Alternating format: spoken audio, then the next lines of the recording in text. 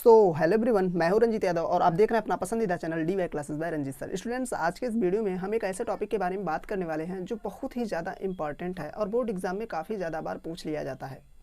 तो आपको पता होगा कि विद्युत आवेश क्षेत्र का इसके पहले मैंने 2 लेक्चर अपलोड कर दिया है। यदि अभी तक आपने नहीं देखा है तो आपको वीडियो के डिस्क्रिप्शन में उसका लिंक मिल जाएगा, आप वहाँ से जाकर देख सकते हैं। तो ये हमारा तीसरा लेक्चर है और इसमें हम कूलाम के नियम को सीखेंगे। वीडियो में आगे बढ़ने से पहले मैं आपसे यही कहूँगा कि यदि आपको वीडियो पसंद आए तो एक लाइक कर दीजिएगा और यदि अभी तक चैनल को सब्सक्राइब नहीं किया है तो कर लीजिए और दोस्तों में ज़्यादा से ज़्यादा शेयर करें।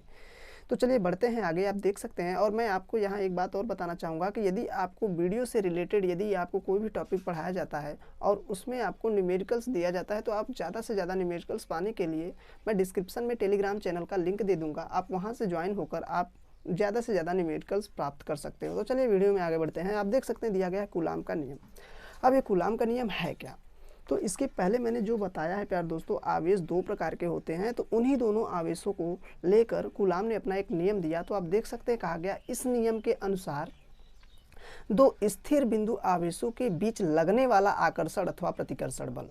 आपको पता होगा कि आवेश 2 प्रकार के हैं, धनावेश तथा ऋणावेश। और मैंने पिछले वीडियो में ही गुणों के बारे में बताया था, तो मैंने वहाँ भी बताया था कि अगर सेम चार्जेस हुए तो क्या होगा, प्रतिकर्षण होगा, और विपरीत आवेश हुए तो क्या होगा, आकर्षण होगा। तो यहाँ बताया गया है कि दोनों आवेशों 2 स्थिर बिंदु आवेशों के बीच, ध्यान दीजिएगा, दोनों आवेश स्थिर होने चाहिए।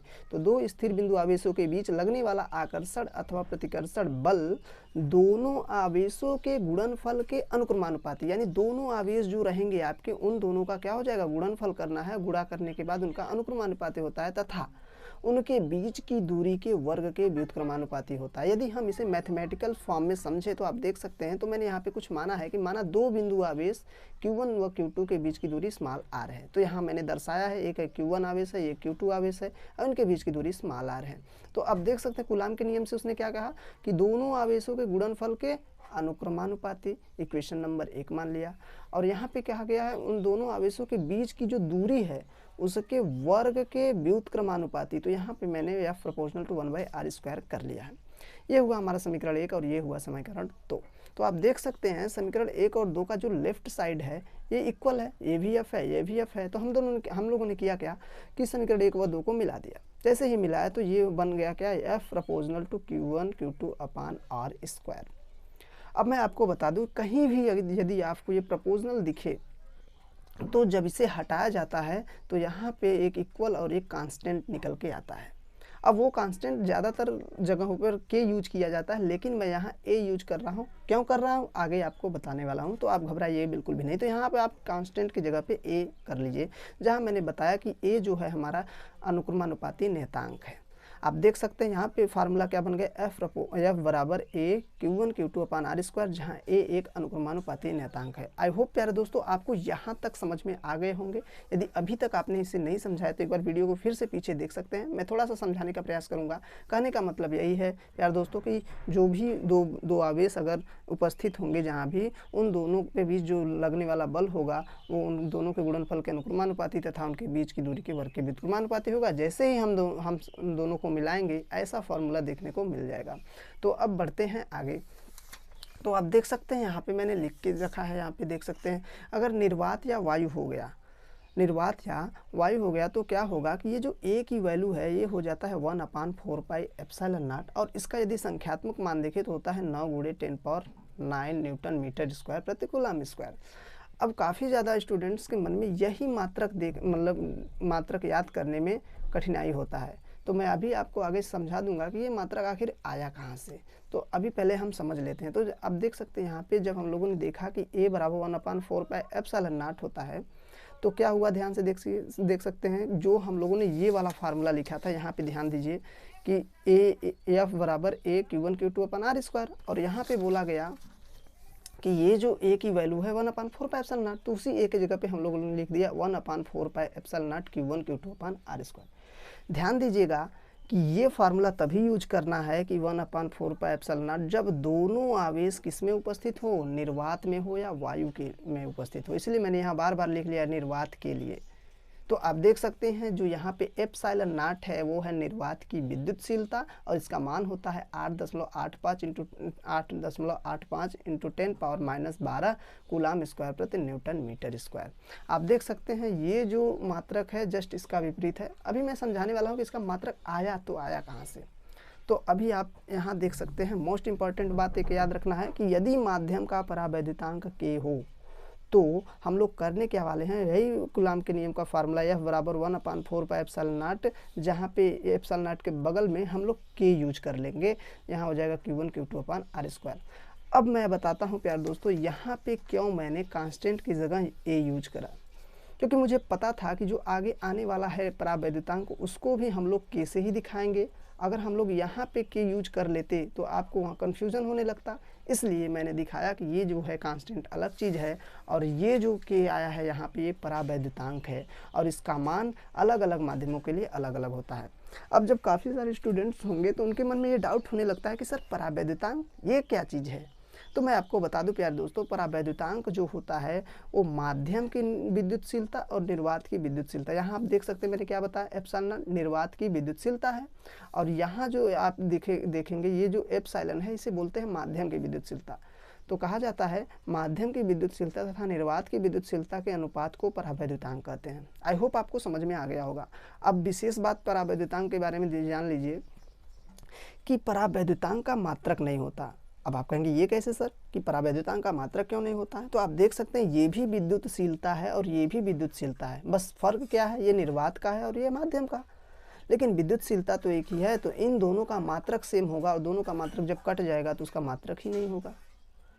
आई होप आप समझ गए होंगे। तो अब यहाँ पे दिया गया है दूसरी बात जो वेरी वेरी वेरी इंपॉर्टेंट आप लगा सकते हैं, इससे रिलेटेड मैं आपको अभी क्वेश्चन भी कराऊंगा तो आप समझ जाएंगे कि ये जो k की वैल्यू है प्यारे दोस्तों ध्यान से समझिएगा, 1 के बराबर हो सकता है, यहाँ देखिए ये बराबर दिया गया है, या 1 से बड़ा हो सकता है, लेकिन इनफाइनाइट के बराबर या इनफाइनाइट से छोटा होगा। ध्यान दीजिएगा, इसका कहने का मतलब ये है कि k की वैल्यू पहली बात तो 0 नहीं हो सकती, जब भी होगी 1 होगी या 1 से बड़ी होगी, इनफाइनाइट के बराबर होगी या इनफाइनाइट के बीच में, यानी आप कह सकते हैं कि k की वैल्यू 1 होगी या 1 से बड़ी, बस यही आपको समझना है। 1 से छोटी नहीं होगी, बस ये आपके दिमाग में चलना चाहिए। दूसरी बात कहाँ दिया गया, अब यहाँ पे दिया गया है अगर निर्वात ले लिया जाए, निर्वात हो जाए तो k की वैल्यू क्या होता है 1। अब थोड़ा सा यहाँ पे ध्यान दीजिए कि यहाँ पे मैंने क्यों लगाया निर्वात के लिए F बराबर 1/4πε0, यहाँ k क्यों नहीं है, क्योंकि निर्वात के लिए k की वैल्यू क्या होती है 1 होती है, और यहाँ पे जब माध्यम का परिवर्तन k है तो यहाँ पे देखिए मैंने सिंपली k यूज कर लिया है, लेकिन जब माध्यम या निर्वात या वायु के लिए आ जाएगा तो k की वैल्यू यहाँ पे 1 हो जाएगी। तो ऐसा फार्मूला आपको देखने को मिलेगा। इसलिए बोल रहा हूँ प्यार दोस्तों, आप लोग वीडियो में कंटिन्यू बने रहेंगे तो आपको एक भी टॉपिक ऐसा नहीं रहेगा जो आपको कन्फ्यूज़न में डाल सके और आप अच्छे से इसका प्रिपरेशन कर सकते हैं। तो यहाँ पे देखिए निर्वात या वायु के लिए k की वैल्यू क्या होगी 1 होगी, धातुओं के लिए k का मान क्या होगा इनफाइनाइट होगा, यानी कोई भी यदि धातु है, यदि प्यार दोस्तों अभी तक आपको कन्फ्यूजन ये तो नहीं है कि k का मतलब क्या है। k का मतलब ये है कि दोनों आवेश, जैसे मैं यहाँ Q1 सॉरी इसी में दे देता हूँ, ये Q1 हुआ और ये Q2 हुआ, इन दोनों के बीच कुछ ऐसा माध्यम रख दिया जाता है जो इन दोनों के बीच बल का विरोध करे, बस वही है प्यार दोस्तों। तो यहाँ पे दिया गया है कि धातु के लिए के मतलब अगर दोनों आवेशों के बीच का माध्यम क्या हो जाएगा वो धातु हो जाएगा तो उनके बीच परावैद्युतांक का मान इनफाइनाइट लेंगे, और दोनों माध्यमों के बीच यदि जल होगा तो जल के लिए k का मान क्या होगा 81 होगा। और सिंपली हम लोगों ने ऊपर फार्मूला एक पढ़ा, यही k बराबर एप्सिलॉन बटे एप्सिलॉन नॉट, यहीं लिख दिया है मैंने। और यदि आपको माध्यम की विद्युतशीलता पता करना हो तो क्या करना होगा, बस परावैद्युतांक में एप्सिलॉन नॉट का गुणा कर देंगे। आई होप प्यार दोस्तों आपको यहाँ तक तो समझ में आ गया होगा। बस आपको ये समझना है प्यार दोस्तों, यदि निर्वात के लिए बात आया तो हम लोग F बराबर 1/4πε0 यूज करेंगे Q1 Q2/r², और एप्सिलॉन नॉट है निर्वात की विद्युतशीलता और एप्सिलॉन नॉट का मान है 8.85 × 10⁻⁻12 कूलाम स्क्वायर प्रति न्यूटन स्क्वायर। और यहाँ पे ध्यान दीजिएगा कि यदि आपने इसे याद कर लिया प्यार दोस्तों तो आपके बहुविकल्पी क्वेश्चन भी यहाँ से तैयार होते चलते हैं, सॉरी कट गया यहाँ पे, तो बहुविकल्पी प्रश्न भी तैयार हो जाएंगे कि एप्सिलॉन नॉट का मान होता है, तुरंत आपको कुछ 4 ऑप्शन दिए जाएंगे, जो सही होगा आप उस पर टिक लगा के आ सकते हैं। तो यहाँ पे ध्यान देने बात ये है प्यार दोस्तों, जो मैं यहाँ वेरी वेरी वेरी इंपॉर्टेंट लिखा हूँ, तो यहाँ पे क्या करना है आपको, k की वैल्यू जो होगी या तो 1 के बराबर होगी या 1 से बड़ी होगी, 1 से छोटी नहीं होगी। अब मैं आपको कुछ क्वेश्चंस दिखाना चाहूँगा और आप खुद ही जवाब देंगे इस पर। आप देख सकते हैं दिया गया निम्न में से कौन सा के का मान संभव है। यहाँ पे दिया गया है -2, यहाँ पे दिया गया है 2/3, यहाँ पे दिया गया है 0, यहाँ पे दिया गया है 3/2। अब आप इस कंडीशन को अप्लाई करके आप इसका जवाब दे सकते हैं। जो दिया गया है 1 के मतलब कि जो के की वैल्यू है या तो 1 के बराबर होगी या 1 से बड़ा, लेकिन इनफाइनाइट के बराबर या इनफाइनाइट से छोटा होगी। इसी आपको लागू कर सकते हैं। देखिए ये -2 है, अभी मैंने बताया के की वैल्यू छोटी नहीं हो सकती 1 से, तो ये तो माइनस में चला गया, ये तो इसका मात्रक होगा ही नहीं, ये तो मान होगा ही नहीं। अब यहाँ पे देखिए 2 में 3 से भाग देंगे यदि तो क्या हो जाएगा 0 पॉइंट कुछ आएगा। ध्यान दीजिएगा यहाँ पे आ जाएगा 3 6 18, शायद 0.6 आएगा, आप देख सकते हैं यहाँ पे।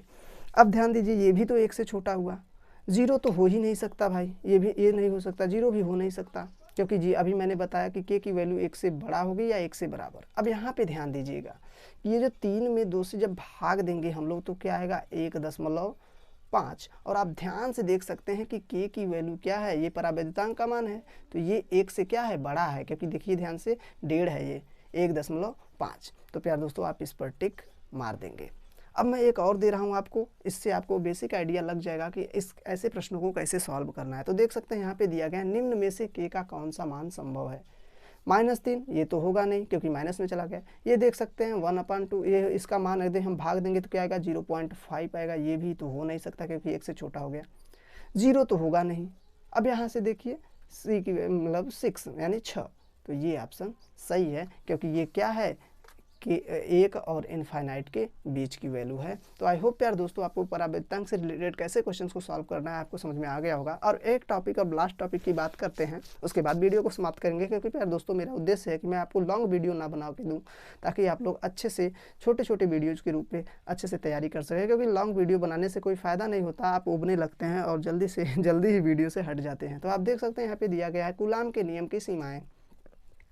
तो पहली बात तो ये है प्यार दोस्तों कि मतलब सीमाएं का मतलब ये है कि कूलाम का नियम कहाँ कहाँ लागू होगा और कहाँ कहाँ नहीं। तो देख सकते हैं यहाँ पे दिया गया कूलाम का नियम स्थिर बिंदु आवेशों पर लागू होगा, यानी ऐसे पर कौन से आवेश पे लागू होगा जो स्थिर हो और बिंदुवत हो। अब आप कहेंगे सर एकदम बिंदुवत का मतलब क्या है। प्यार दोस्तों जरूरी नहीं है कि आवेश बिंदु, लेकिन अगर हम 2 ही आवेश ले लें, बड़े बड़े आवेश ले लें, लेकिन एक की दूरी जैसे सूर्य की तरह और रख दे, एक पृथ्वी पर रख दे, तो आप देख सकते हैं पृथ्वी से सूर्य क्या बिंदुवत ही तो दिखाई देता है। वही बात कर रहा मतलब किया जा रहा है कि जब भी ये 2 आवेश लिए जाएंगे और उनको काफ़ी ज़्यादा दूर पे रख दिया जाएगा तो वो भी तो एक दूसरे की तुलना में बिंदुवत ही रहेंगे, बस वही मतलब है। अब यहाँ पे दिया गया है यदि आवेश गतिमान हो तो कूलाम का नियम लागू नहीं होगा। सिंपल सी बात है, मैंने यही बताया कि स्थिर बिंदु आवेश पर लागू होगा, अगर गतिमान हो गया तो कूलाम का नियम लागू ही नहीं होगा। अब तीसरा क्या है, यह नियम दूरी के व्युत्क्रम वर्ग के नियम का पालन करता है। अभी आपने देखा कि यह प्रोपोर्शनलिटी 1/r² था।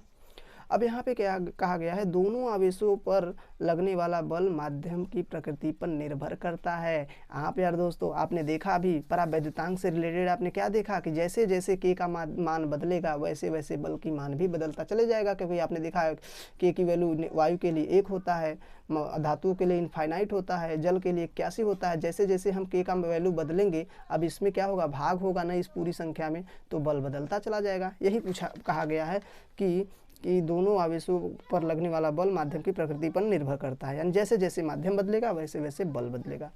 यहाँ पे देख सकते हैं दिया गया कूलाम के नियम के लिए दोनों आवेशों के बीच की दूरी 10⁻⁻15 मीटर से अधिक होनी चाहिए। ये प्यार दोस्तों वेरी इंपॉर्टेंट है, याद रखिएगा। कभी कभी बहुविकल्पी में प्रश्न पूछ लिया जाता है कूलाम के नियम के लिए दोनों आवेशों के बीच की दूरी कितनी होनी चाहिए। तो प्यार दोस्तों आई होप आपको समझ में आ गया होगा। इसमें मैंने कूलाम के नियम को बहुत ही अच्छे से समझाया है। यदि आपने वीडियो को अंत तक देखा होगा सीरियल से तो आपको बहुत ही अच्छे से समझ में आ गया होगा। फिर भी यदि आपको डाउट रह जाता है तो आप वीडियो में कमेंट के माध्यम से मुझसे ज़रूर पूछिएगा। तो मैं आपसे लास्ट में यही पूछूंगा कि आपको ये वीडियो कैसा लगा। यदि वीडियो आपको पसंद आए तो एक लाइक कर दीजिएगा, और यदि चैनल पर नए हैं तो प्यार दोस्तों चैनल को सब्सक्राइब करके बेल आइकन को ज़रूर प्रेस कीजिए, क्योंकि वीडियो बनाने में काफ़ी ज़्यादा मेहनत लगता है और हम आपके लिए ऐसे ही लगातार अगले नेक्स्ट वीडियो में लगातार आपको प्रैक्टिस करवाते रहेंगे। अब आपको मैं एक बात और बोलना चाहूँगा, यदि आपको न्यूमेरिकल से रिलेटेड ज़्यादा से ज़्यादा न्यूमेरिकल चाहिए तो आप हमारे टेलीग्राम चैनल से ज्वाइन हो सकते हैं। वहाँ पे मैं आपको काफ़ी ज़्यादा न्यूमेरिकल्स का कलेक्शन दूंगा ताकि आप अच्छे से प्रैक्टिस कर पाए। तो मिलते हैं नेक्स्ट वीडियो में, पढ़ाई करते हैं। ऑल द वेरी बेस्ट, जय हिंद।